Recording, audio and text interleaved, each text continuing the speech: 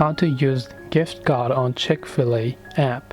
Now if you have a gift card on Chick-fil-A and then you want to use it, all you have to do is to simply use a Chick-fil-A gift card on the app. Go ahead and then make sure to launch the Chick-fil-A application. Once you've done that, go to the scan option at the bottom, then select add funds. And after you've done that, so you tap on scan option, and after you sign in, you have to select add funds option. Then choose the option transfer a gift card to enter your gift card number and PIN, effectively adding the balance to your Chick-fil-A One account for use on future orders. You can then use this balance to pay for your order within the app. So I hope that this video helped you understand how you can use the Chick-fil-A gift card on app. If you have any questions, feel free to also leave them down below. Thank you for watching till the very end of this tutorial, and as always, see you soon in our next video.